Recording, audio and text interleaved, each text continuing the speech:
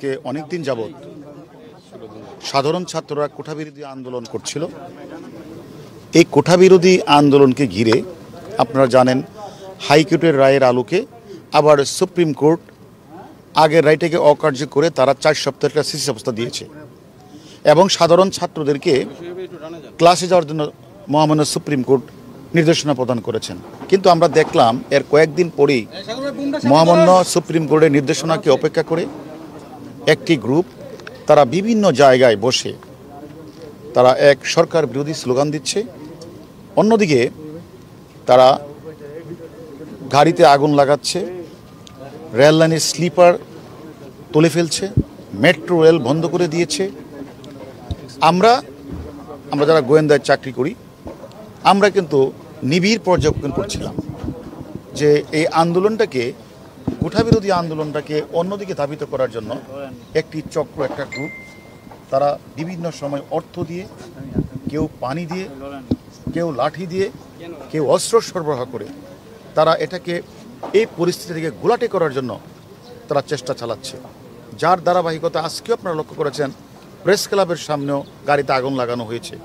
তারা বিভিন্ন জায়গায় ককটেল নিক্ষেপ করেছে। আজকেও পল্টনে অনেকগুলি ককটেল বিস্ফোরণ আপনারা নিজেরাও খেয়াল করেছেন। তা আমার কথা হলো এগুলি তো কোমলমতি সাধারণ ছাত্রদের কাজ না। এবং আজকে আপনারা লক্ষ্য করেছেন স্বাধীনতা বিরোধী কয়েকটি ছাত্র সংগঠন তারা আজকে বিভিন্ন জায়গাগুলিতে তারা আজকে কিন্তু মিছিল সমাবেশ করেছে।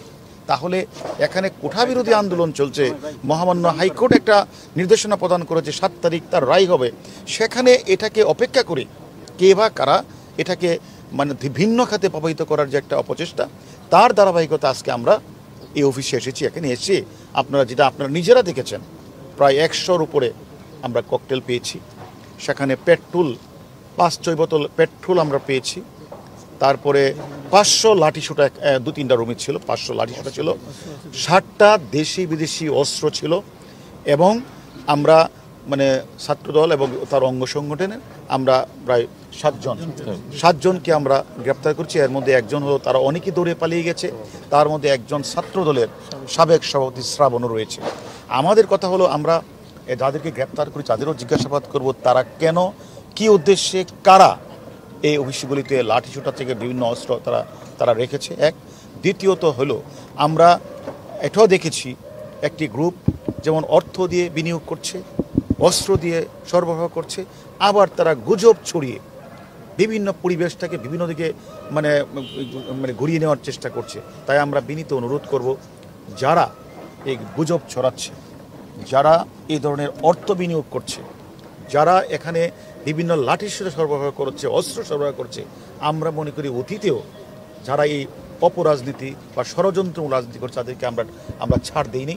আমরা মনে করি এই আন্দোলনকে, কোঠাবিরোধী আন্দোলনকে ঘিরে যারা এই অপরাজনীতি, যারা ষড়যন্ত্রকারী, যারা এই কাজটি করেছেন, আমরা মনে করি তাদের সকলের নাম আমরা পেয়েছি, তাতে আমরা শীঘ্রই গ্রেপ্তার করব। তার মানে আপনার বক্তব্যে এটাই স্পষ্ট যে এই আন্দোলনে বিএনপি এই আন্দোলনকে ইস্যু করে বা পুঁজি করে সরকার বিরোধী আন্দোলনের দিকে যাচ্ছে। হ্যাঁ, এটা তো আপনারা লক্ষ্য করেছেন আজকে কয়েকটি অঙ্গ সংগঠন যাদের নাম আপনারা বললেন তারা কিন্তু আজকে বিভিন্ন জায়গাগুলিতে তারা কিন্তু মিছিল মিটিং করেছে এবং প্রেস ক্লাবের সামনে আগুন লাগিয়েছে। সেটা কি কোমলমতি ছাত্ররা এসেছে? এখানে কিছু অপরাজনীতি করার জন্য, কিছু মানুষ যারা রাজনীতিকে ভিন্ন খাতে নেওয়ার জন্য তারা এই কোমলমতি ছাত্রদেরকে ব্যবহার করে তারা এই বাংলাদেশের বিভিন্ন স্কুল প্রতিষ্ঠানগুলিতে তারা ভাঙচুর চালাচ্ছে, অগ্নিসংযোগ করছে, রেলের স্লিপার তুলে দিচ্ছে, মেট্রো রেল বন্ধ করে দিচ্ছে।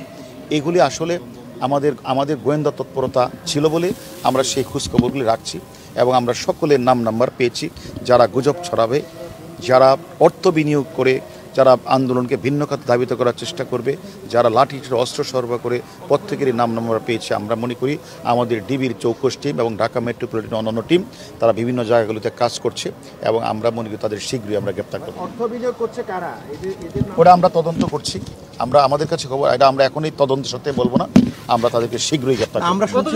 আমরা শুনছিলাম যে লন্ডন থেকে একজন নেতা তিনি আমরা সবকিছু তদন্তের আওতায় নিয়ে আসবো।